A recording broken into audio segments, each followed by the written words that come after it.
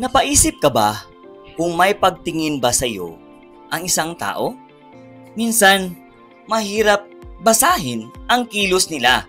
Pero, ayon sa psychology, may mga malinaw na sinyales. Huwag palampasin ito dahil ibabahagi ko ang 5 sekreto para malaman kung may pagtingin siya sa'yo.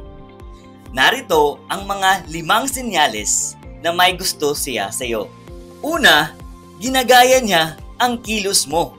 Kapag napansin mo na ginagaya niya ang iyong galaw, tono o postura, malamang may connection kayo.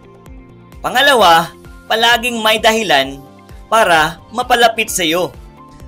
Gusto kanyang makasama, kaya't palagi siya sa paligid mo, kahit walang rason. Pangatlo, naalala niya ang maliit na detalye. Kapag natatandaan niya kahit maliit na bagay na sinabi mo, ibig sabihin, binibigyan ka niya ng espesyal na atensyon. Pang-apat, bukas at positibo ang body language niya. Kung palagi siyang nakaharap sa iyo, lumalapit kapag kausap ka, isa itong malakas na senyales na may gusto siya sa iyo.